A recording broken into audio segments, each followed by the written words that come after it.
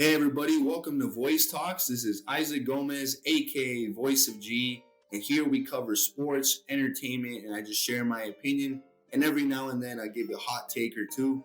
And I wanted to start off the show by giving a big shout out to Plug Talk Sports. And I encourage you guys to follow them on Instagram, on Twitter, on YouTube, all that good stuff. Let me go ahead and pull up their Instagram right quick so you guys can check them out. There you go. You see in the link in the bio right there is our YouTube. And of course, our Twitter, Plug Talk Sports 1. And then YouTube is just Plug Talk Sports as well as TikTok. All right, guys. So today we're going to have some fun. We're talking UFC 275. We're talking NBA Finals. And I'll open up the show on some news and notes coming from the NFL. The Washington Commanders defensive coordinator, Jack Del Rio, has been fined $100,000 for his comments on the Capitol riots that happened in 2021.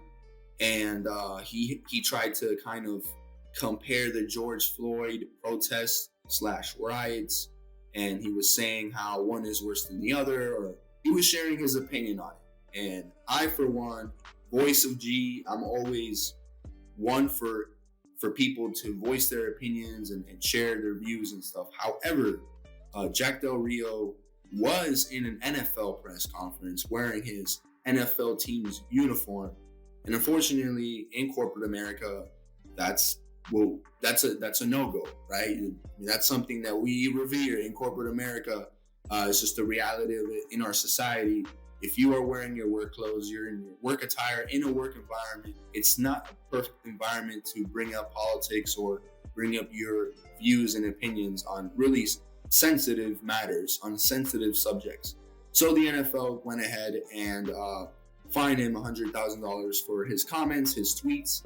And then most recently, ESPN just came out with an article saying that he deleted his Twitter. So, hey man, if you got nothing to say, just don't say it at all. Keep it to yourself. I mean, that's really advice for all my TV and Instagram influencer colleagues out there, man. If you're creating content, you're in the face of the media, or you're representing an organization, definitely you might want to double check before you send that tweet or, say that thing that you really want to say in front of a camera. So let's go ahead and move on to the NBA Finals. Moving along, we had the NBA Finals this week, continuing on Monday night.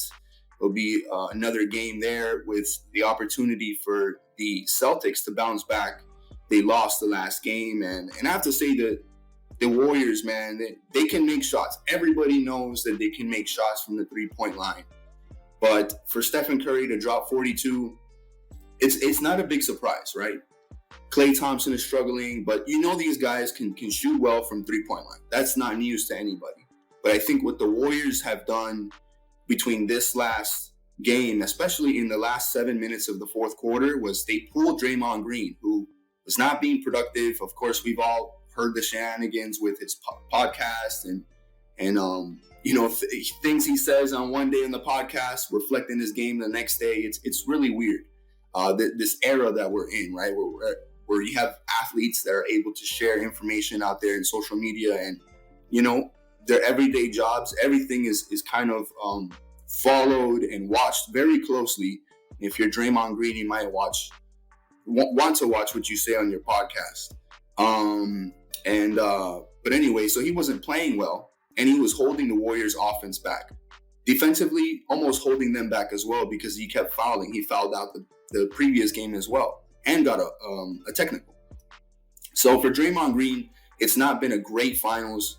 His rival or his one-on-one mark is always going to be Marcus Smart. And he got caught in the mid-range jump shot, just giving up jump shots to Jason Tatum as well and Jaylen Brown in the mid-range. So he was pulled in the last 7 minutes of the game. And Kevon Looney came in and provided great rebounding presence for the Warriors. Made some great defensive plays as well. And the Warriors come away with a big, big win on Friday night in Boston. which was something they weren't able to do the game before. So big shout out to the Warriors to make those adjustments.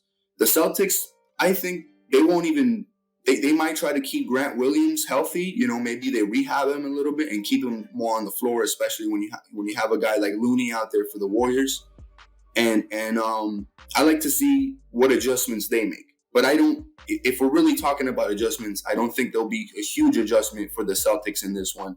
They have Jaylen Brown and Jason Tatum, both one-on-one, two-way guards that can score. And I think that's the biggest difference with this series, is where you have one team in the Celtics that have great one-on-one guards. Arguably, you could say, of course, the Warriors have Stephen Curry, who can create his own shot and stuff. But that second guy, we've always thought of, you know, a healthy, right, version of him, would be Klay Thompson. But Klay Thompson has not really shown up well. Of course, he had 20-some-odd points last game and had a great second half. But overall, in the finals, he struggled.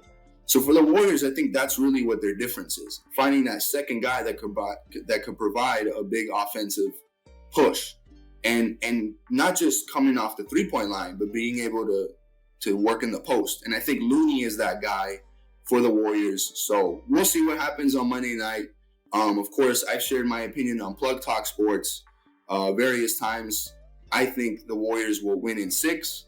Danny, I think, said Warriors in 7 or something like that. We have Brandon Hernandez also on the Plug Talk Sports show, and he's a huge Celtics fan. He's had the Celtics winning this one in 5, I believe. After the first game, he said Celtics in 5, which I disagree with. And obviously, after these many games, we know that's not going to happen.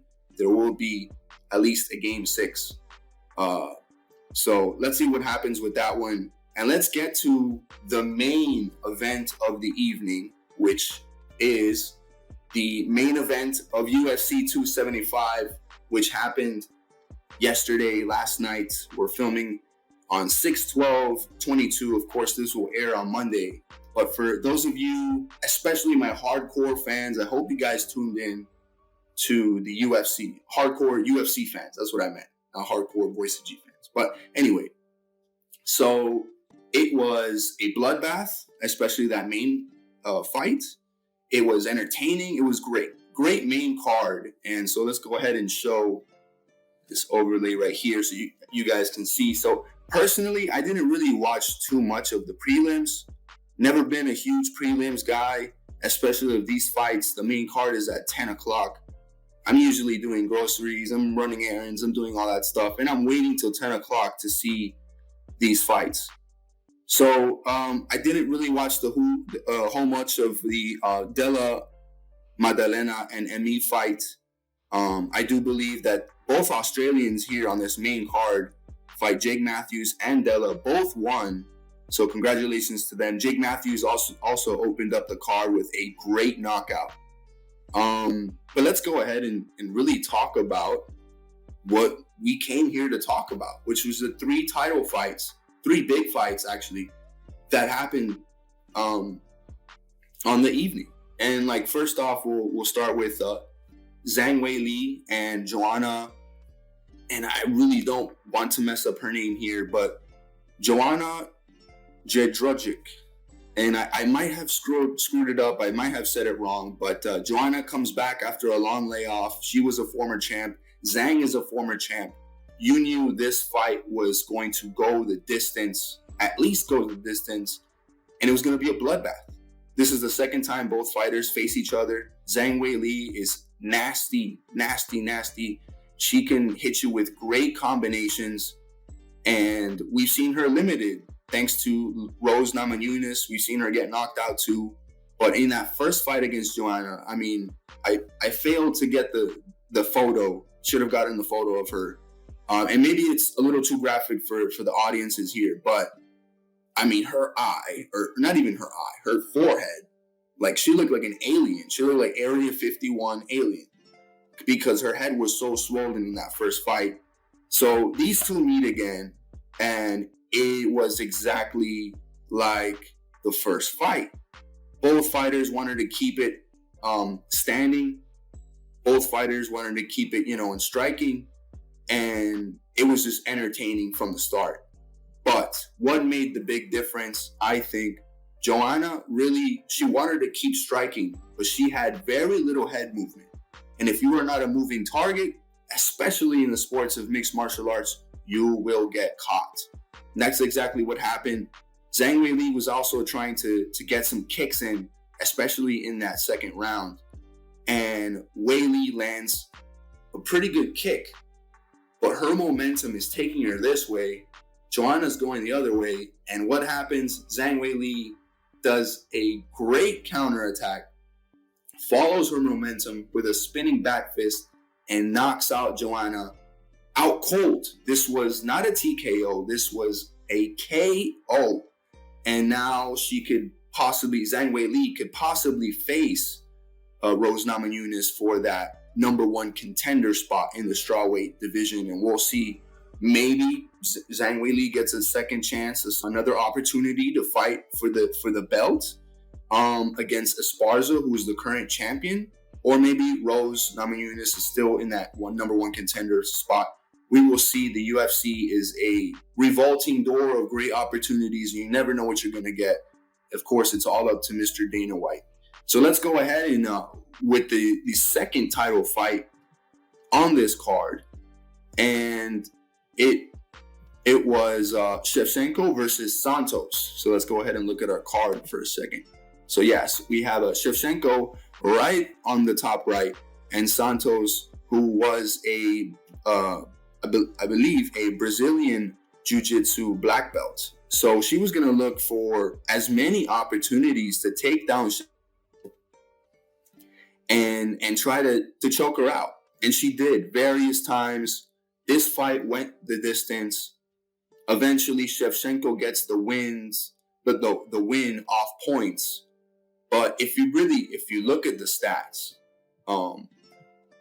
as I am right now on ESPN.com, when you look at the stats, I mean, Shevchenko, she did land 234 total strikes, 77 significant strikes, but it's not too much of a big difference between Santos, who, again, was trying to look for the takedown. She got various takedowns, got 3 takedowns in 3 submission attempts, and got very close. And the thing about these title fights, I think, that makes the big difference is you have to make the champ look bad. You have to make the champ look slow, look, vulnerable.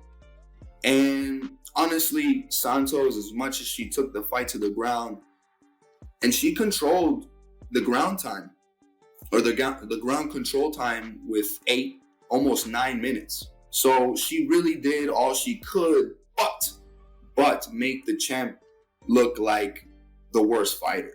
And as the fight drew on, you could see Santos start to develop a big hematoma behind her eye. Her eye was looking really bad. The doctor had to check various times between rounds, and you can tell like how wide Santos is. Like, her frame was so wide, and I think that was actually one of the great things about this card, was that each fighter, at least in the main card, like, they were balanced. We've seen Shevchenko beat down her opponents in championship fights, but this was not one of them where Shevchenko was dominating.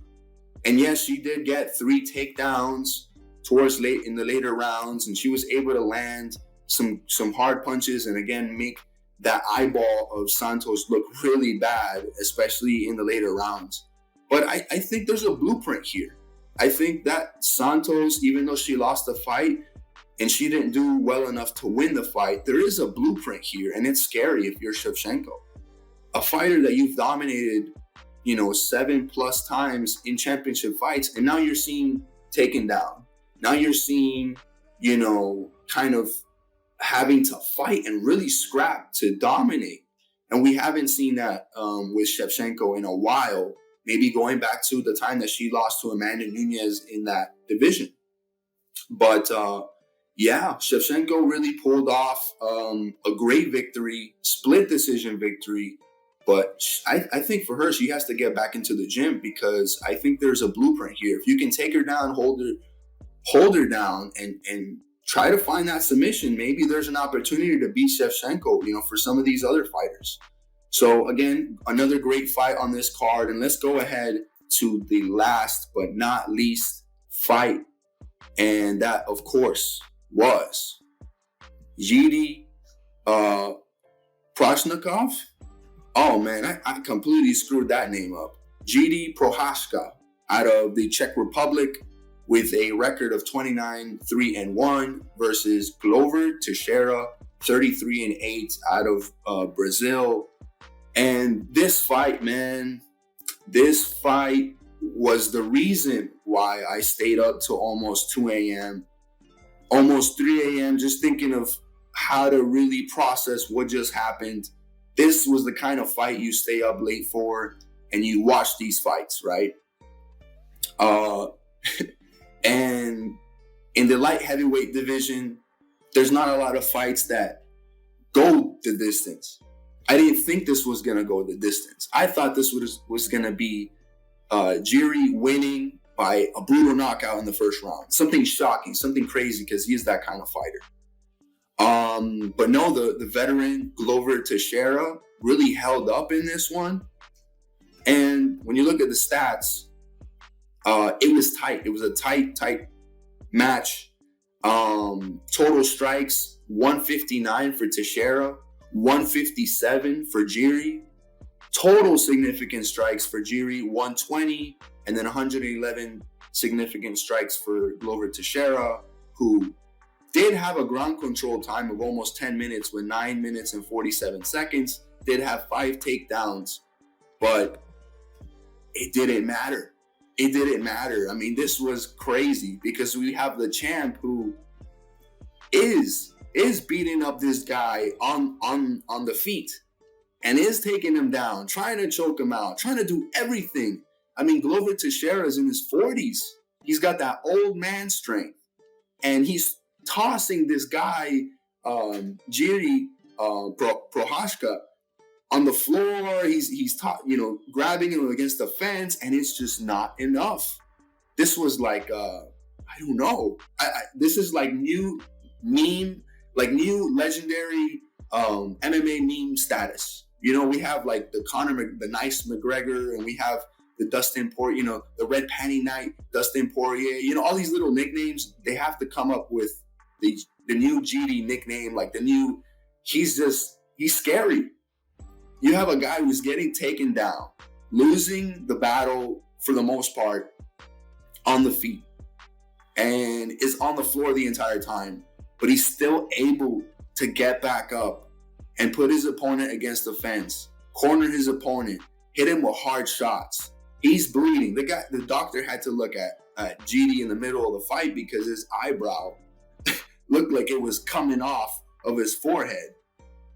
And he still gets up, survives the rear naked choke, delivers one himself, and chokes out a Brazilian.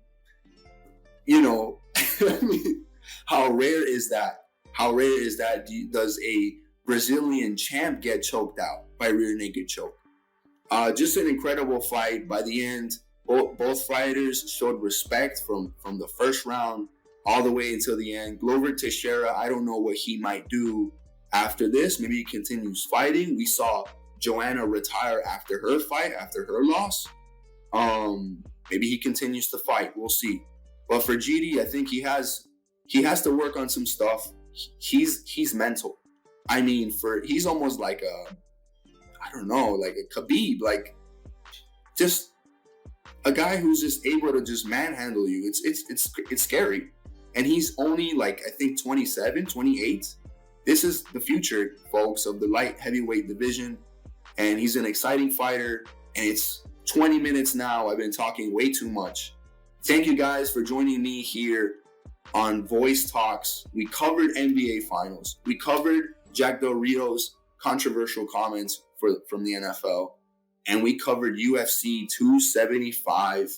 Thank you guys for tuning in. We'll see you guys next time when I find out something else to talk about.